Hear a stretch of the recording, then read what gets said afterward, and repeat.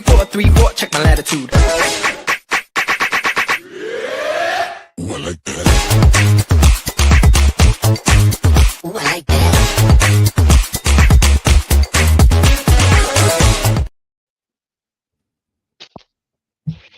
Good How we morning, doing? everybody. Good. Yes. I Sometimes I do think no. Sometimes I think 9 a.m. is too early. But now you can go with your thought. I want to sleep in. Yeah, but we're normally in the office at 9 a.m. for co-working. I know, but just chatting and co-working is different than being live and thinking. And anyways, what were you gonna say? I was up at 8:30, so I did sleep in as much as I could. In my defense, my insomnia is real lately, and I've been going to bed at like 3, 4. Good Lord. All right, so let's talk about it.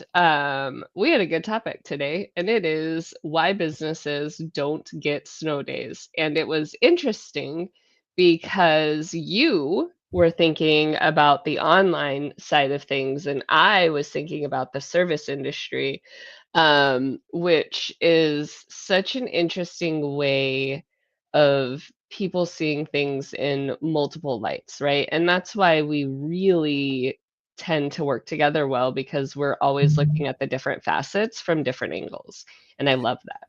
And yeah, so I have worked virtually or like hybrid for many, many years now, going on 20. And something happened this week with the snow days. So on Monday, an organization I work with, she had to shut down some of their programming, and they were like, well, if you work virtually, you work virtually, but if you don't normally work virtually, hey, you get the day off. And we're all like, wait, I don't get the day off. Right now, I never get the day off because I'm a consultant, right? If I'm scheduled to do something and I work remotely, I don't get like PTO or anything. But there is a level of it's unfair, and I'm being sarcastic. I sound like, I'm in 8th grade or something. It's not fair. But what we really got into talking about, and what I want to talk about, is your example of. Oh, but wait. I don't want to overstep what you just said. Oh, because we're talking about potentially 2 different salaried employees. Right? So if you think about it and you're like, oh, well, you're a salaried employee that comes into the office, but we don't need you working today. And you're a salaried employee that works from home. Now those hours, right? That expectation is completely different. And I do feel like that 8th grader that got cut in line should have something to say about that. Because why are we not being, well, I can only do half my job with half the office available, right? Yes, but I want to clarify. So I don't want to like call out this organization like No, by name. I get that. Hear me out. They didn't do anything wrong per se, and I want to clarify how they did things. So I was maybe I didn't say this in the beginning, but some of the programming because of the weather had to be cut. And so if you normally have 50 people come to a day-to-day program and those 50 people aren't going to show up, I don't need that person to go through the snow and everything to get to the office just to run a program that nobody's going to be there for, right? Yeah, and so that person is the person that isn't working because they normally work in programmatic avenues, and the people that work from home, they support the programmatic efforts. They're the office people. But they're like the office people, right? And so, yeah, we still need an accountant to work. She works from home, but I don't need the program coordinator to be there because there's going to be no humans to coordinate. All right, I'll take it. But I'm still, because I do know that there are people who have done that a lot, right? So I still want to stand my up to example was man. Yeah. But no, I see that. I have been in scenarios where like, and again, I'm not going to call it organizations, but where like my team had to work because something was happening, but then like the development team and the accounting team got the days off because, oh, well, you can't come into the office. Okay, well, So the rest of us will brave the weather. You know what I mean? And so it is kind of weird. But I do want to get to your example, though, because that was in my opinion, the unfair, almost what happened during COVID with essential personnel problem, right? So go ahead. What were we talking about earlier? Well, I'm not allowed to use my exact sentence, but Right. Well, I told her she can't swear. yeah. Well, at least not on purpose. However, you can use the company because I could care less if they get called out. So we were talking really about how, we're closing down banks, we're closing down, offices, law firms, like you're closing down everything, right? But then you're saying, "Oh, but the grocery stores are essential." Now, here's the problem with the grocery stores being essential. Everybody was told 5 days in advance that a storm is coming. Everybody was informed that there were storms coming and to hunker down, get what you need, grab your stuff, and go home. We don't want you on the roads. But then we play into it and we make people go and open grocery stores. We make people go and even here where I live, we had one major road had several hotspots of those stores that the electricity was down. Yeah. And here's the thing, they shouldn't have been asked to go to work in the first place because they shouldn't have been asked to go and leave for a $12 an hour to go and risk their car that probably isn't as great as people who are making $50 an hour.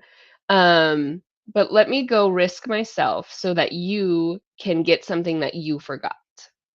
Um, and I think that that is a very difficult ask, especially when you look at where's their daycare? Where are these things? And I get it. Like, yeah, we have to have hospitals running. That is something that we can't shut that down. But when you have notice of a storm, there should be no reason why a store is open. There just shouldn't be a reason why those fast foods and stores are open. I 100% agree. And $12 an hour is, I think we're referring to minimum wage, and that's actually different in a lot of states. And we have talked about the state that you are in. And again, I could care less if I call out states. So Louisiana, all right. $12 an hour for minimum wage in Louisiana is actually high. You guys are still at a $7.25 minimum wage. And so knowing that there are people out there in what's considered essential jobs that are making $7.25 an hour that have to then go into work. Now we really went through this in COVID. I get that we tried to shut things down for like a month or two, hoping that would help. And then, yeah, we did need essential workers, right? We needed stores to be open and we tried to work around that. But when it's 1, 2, 3 days for weather, is this really worth giving or getting people into unsafe situations on the roads? Okay. Yep. And I think it was like about a week or two ago, but in Michigan, on the Lake Michigan side, there was a huge accident, like 100-car pileup, simply because there were things not being shut down and the weather was bad. And that's unnecessary, right? Now, I do want to clarify, no one passed, only 2 people were injured. Everybody was going like 8 miles an hour. So it was fine, right? It was just a bunch of fender benders and nobody could move. But it still was not necessary. And in a state where the weather isn't icy like this on a regular basis, it also makes things even more dangerous. And I think that's where people misunderstand things. I live in Louisiana and I saw a post about why we don't have snow plows. Do you know how expensive a snow plow is? Super. For 2 days a year? Right. It's that. It might be 2 days every other year. You know what I mean? Like it's not. Exactly. But not even that, like no matter what, even if you bought a fleet of snow plows, you cannot go through every neighborhood. Yep. And you cannot, and Louisiana is very hilly. There's like it's hills, like everything's got a slope to it, right? You can't do that. So to get out of your home to a road that would have access to a snowplow, that's just like being a farmer in the middle of nowhere saying, I'm going to go to town. You're not going anywhere. And I watched, I have roommates right now, and on Sunday, my roommates decided that they needed to go to the store, and they had done their shopping prior, and there's tons of food in the house, and they're like, "Oh, no, we need things for dinner." And I was like, "There's food here." And they There's walked. They didn't drive. I will give them credit on they walked to the store. But because we feel the need to have instant something, right? Because we feel like we are, I don't know what the right word is, but because we feel like we need that instant gratification to just walk in anywhere and buy anything at any time, that's why those stores are open, because we play into that. 100%. And I'll give a quick example, and then don't let me forget to talk about snowplows. But that instant gratification happened over Christmas. So I was, well, technically over New Year's, I was in Rochester, Minnesota. And Rochester, Minnesota is where Mayo Clinic is. It's not like off the beaten path or like out in the middle of nowhere. It's a city, right? Like in a pretty major city with a pretty major hospital. And we're there, and I can't remember what we were talking about, but I'm like, oh, we can just order it. It'll get delivered tomorrow. And they're like, Sarah, we don't have overnight delivery in Rochester. It's usually 2 to 3 days.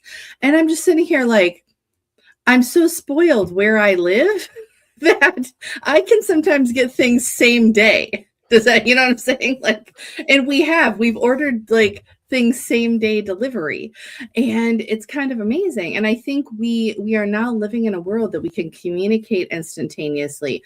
We can buy things somewhat instantaneously. Even 2 to 3 days is better than it was 20, 30 years ago, right? All these things, that instant gratification, I think, and I'm going to make a bridge here, actually leads us into our businesses where we think we need to be successful on day one, that we're going to know all the answers on day one.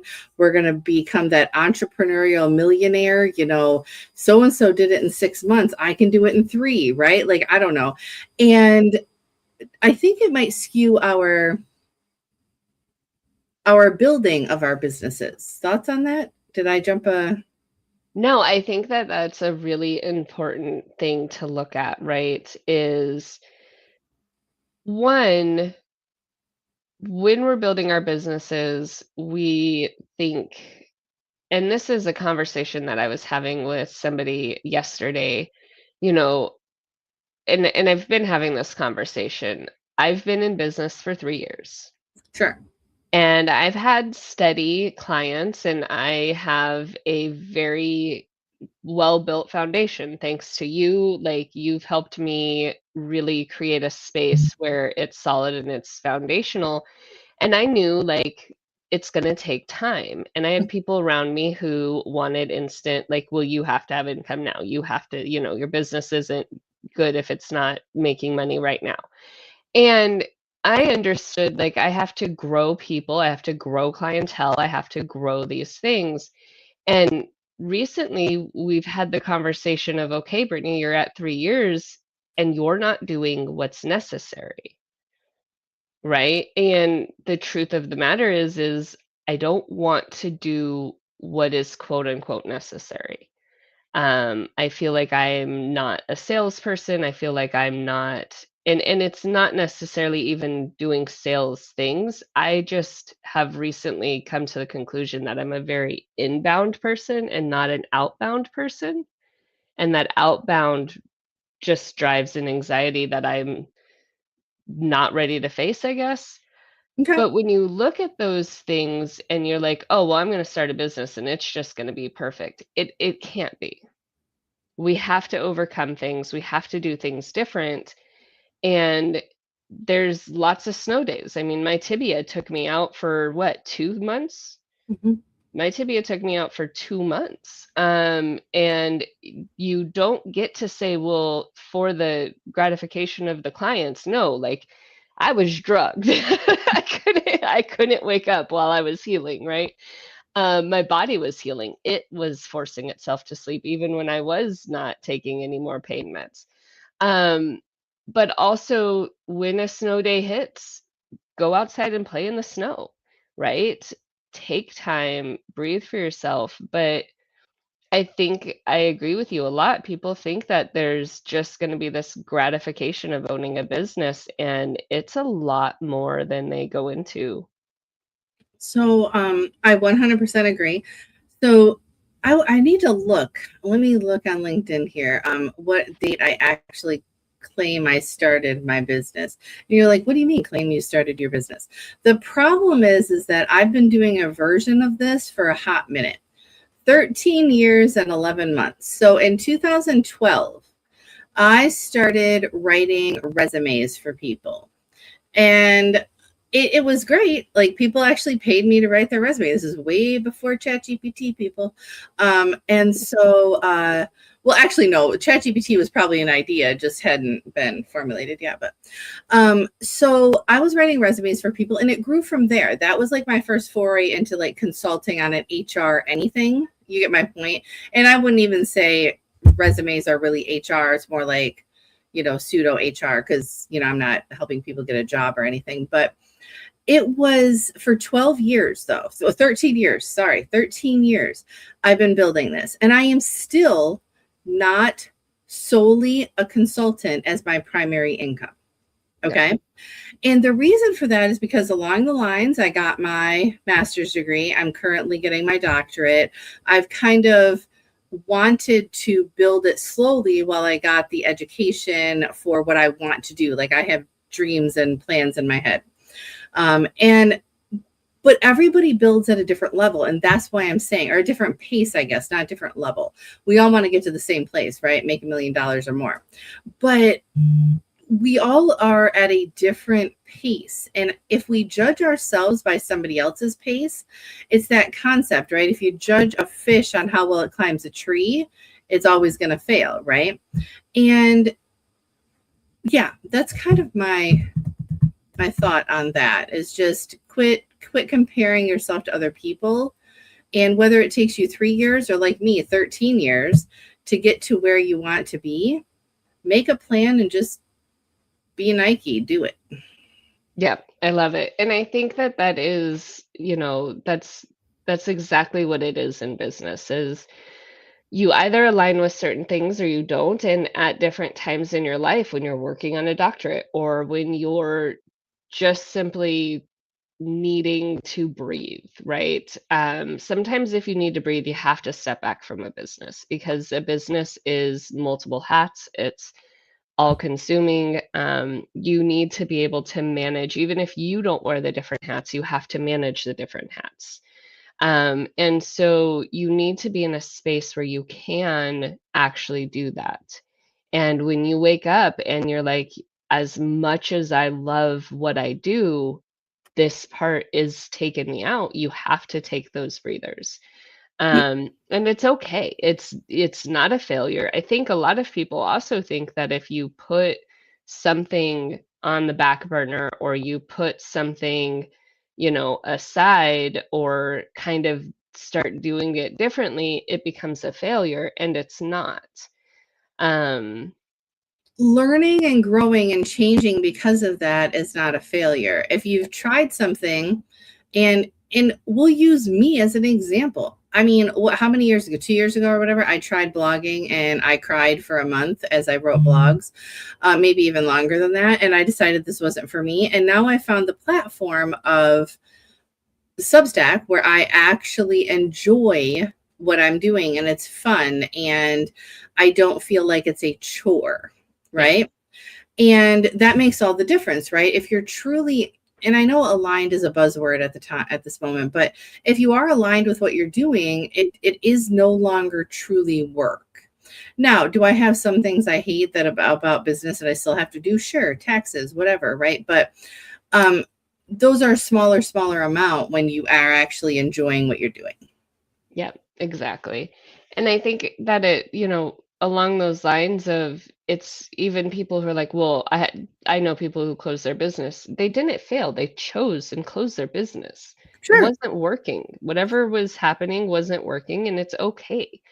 Um, I think there's a lot inside of that. I think a lot of people make things very black and white. But I also think we put connotation on words, and let me explain. So, Mhm.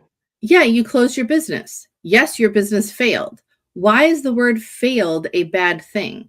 It isn't saying that you blew it up, that you embezzled all the money, that, right? Like, we're not like fail is not a bad word. It is just a word.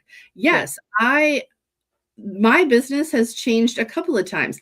I used to be called Tangible Targets when I was doing resumes. That was my brand, like that was my company name, Tangible Targets. And it like I just had to give it up. I'm like, look, this isn't working. I People were expecting these grandiose resumes for like $50 and I'm like, I just don't care anymore. Right? So tangible targets cease to exist. There is still an email address out there somewhere that I check about twice a year just in case. But yeah, it's not, I didn't fail. I just was like, this isn't worth it anymore. My time, my energy, my whatever. I wanted to be doing something different, bigger, better, stronger, whatever wording you want to use, but it was different. Did the company fail? Yes. Did it fail because I didn't want to do it? Sure. But it wasn't failure of my work or failure of my Right. character, or you get my point. Like, I don't look back at it. It's just like, yeah, it didn't work. It failed. Fail is not a bad word. Love it. No, I think that's I mean, great. unless you're in middle school or high school and you're failing a class. So if you're in middle school, high school watching this, get an A. Don't get a fail. Okay, go ahead. I don't want kids watching this. And Sarah said failure isn't a bad thing, Mom. I don't think kids are watching this, but if they ever did. Wait, I lost you. We can't hear you.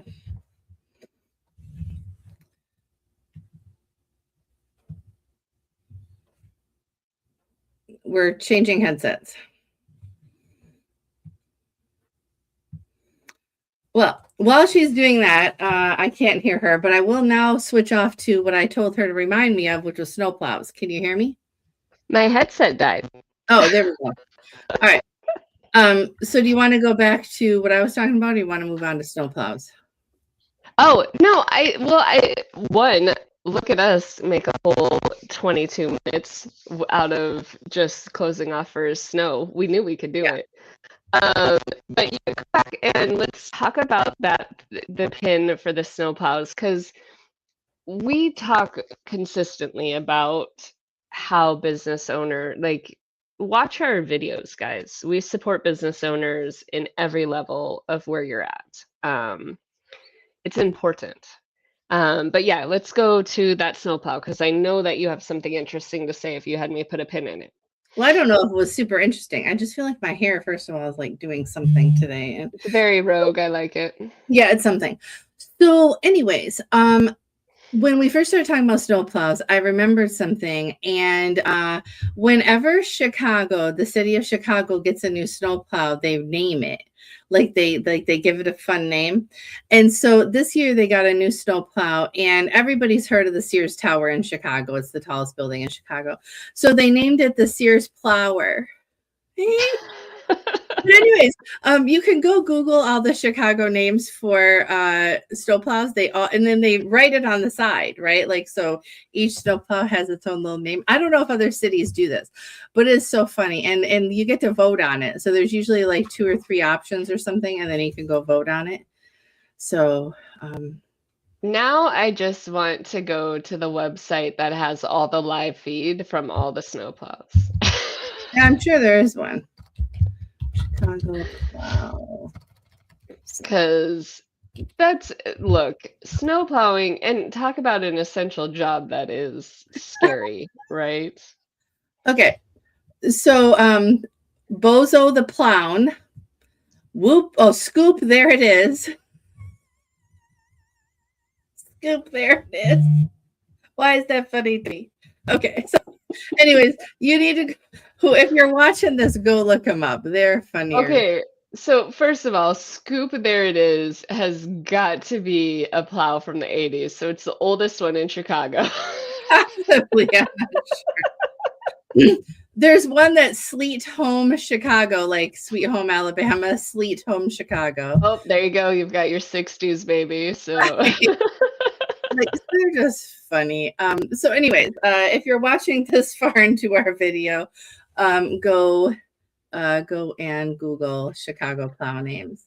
I love it. So the moral of the story is let people stay home Yes. when they need to, because we don't need people out on the roads.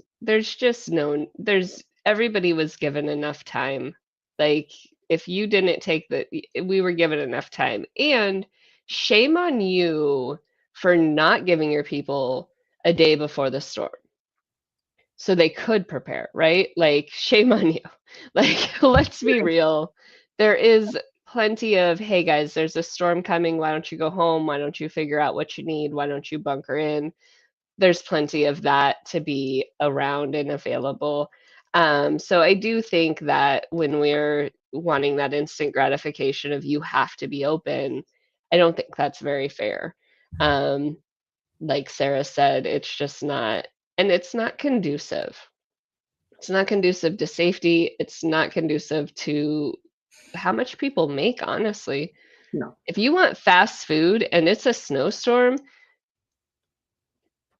let's talk about that with your therapist. And you can want it all you want. Yeah. But the fact that you think you deserve it and that somebody at McDonald's should be there to serve it for you, that is the ridiculous part. Like, I don't care. There's been times I've sat at home at 11 o'clock thinking, I want something, but I'm not getting out of my house to go get it because they're closed. I wouldn't expect them to be open. Yeah. But exactly. It's about not being maybe selfish. I don't know if that's the word, but thinking about others, have empathy for others. Yeah, I am down for that. So this is the Keystone Network, because we're going to be done on time or early. This is the Keystone Network. Sarah Davis and I are very excited to be able to showcase multiple business owners, but also conversations on business. So give us your ideas. We have a show that we have not unleashed yet. This is unleashed, but we have a show that is in the works that's in my brain. And so next month, hopefully, we'll be able to do one of those episodes. So keep watching us. We do highlight 3 business owners a month, as well as Sarah and I get to go unleashed and unhinged sometimes on people who make you go to work in the snow. But watch us, and if you're a business owner, connect with us, because we would love to help highlight you, as well as we have a co-working space where everybody comes and really just gets to not be alone. Because if you are working on a snow day just to get caught up on things, sometimes it's nice to have some friends around. Yes. So that is the Keystone Network. And I am Brittany with BizStorming. I'm an accountability tech consultant, tech strategist. I started out of my realm. Look, guys, I am a strategist. I help you find where your business is going and where you're going. And then we build a way to get there with tech and delegation and really just strategy. So reach out to me and let's get you on the right path. And speaking of paths, Sarah. So, hello, I am Sarah, and I'm with Off the Beaten Path Consulting. I help small and medium-sized companies with their leadership and business strategy. I build policies and procedures around those things. And if you are starting out and hiring your first person, you should contact me. And if you're a little bit larger and making some changes, you should also contact me. All of our information will be in the variety of places we are going live. So feel free to reach out to us on any one of these platforms or in any of the links that you see. But thank you for being here. And look at that, 29 minutes, 47 seconds. She also has coloring books. Don't forget the coloring books. Coloring books. Yes, definitely. Thank you. Thank you. Love it. Have a great day, everybody.